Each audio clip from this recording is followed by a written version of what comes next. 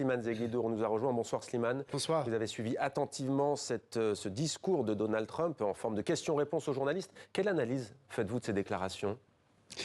Il ne pouvait pas dire non, évidemment, parce qu'il fallait de toute façon ménager Trump, qu'il a remercié largement, en relativisant ce remerciement, en disant qu'il avait aussi le soutien du président de l'Afrique du Sud, de la Chine et du Brésil.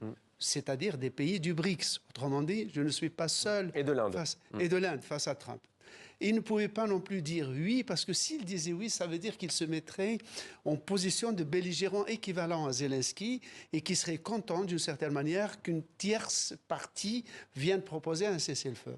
Donc il fait un compromis, il dit c'est intéressant, mais j'ai mes priorités, j'ai mon agenda, notamment libérer le territoire de Koursk et en même temps poser mes conditions, car moi je ne suis pas un simple belligérant. Je suis la Russie et je discute avec l'Amérique et cela a un parfum, ça rappelle que Poutine, depuis son arrivée au pouvoir il y a un quart de siècle, on dit qu'il a l'obsession de la restitution de l'empire tsariste, de l'Union soviétique. Non, ce qui est caractéristique de l'époque soviétique qu'il a retenu, c'est d'être un des deux grands, comme on disait, lorsqu'il y avait le Kremlin et la Maison-Blanche, et qu'il y avait ce qu'on appelait un téléphone rouge.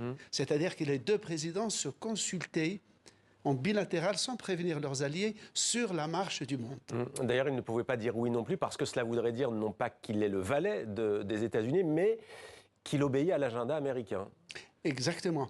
Et tout ça en conformité avec ce que je disais. Il ne veut pas être un musicien qui joue sous les ordres du chef d'orchestre Donald Trump. Il veut être un co-chef d'orchestre pour traiter d'égal à égal avec Trump. C'est pour ça qu'il lui rend hommage et que Trump a dit au début, avant de dire qu'il serait déçu, il a dit que la réponse de Poutine, malgré son ambiguïté, était très encourageante, quoique incomplète. Merci Slimane pour ce décryptage. Vladimir Poutine, donc, qui temporise ce soir et qui n'a dit ni oui ni non, si l'on peut dire pour l'instant, à ce plan de paix.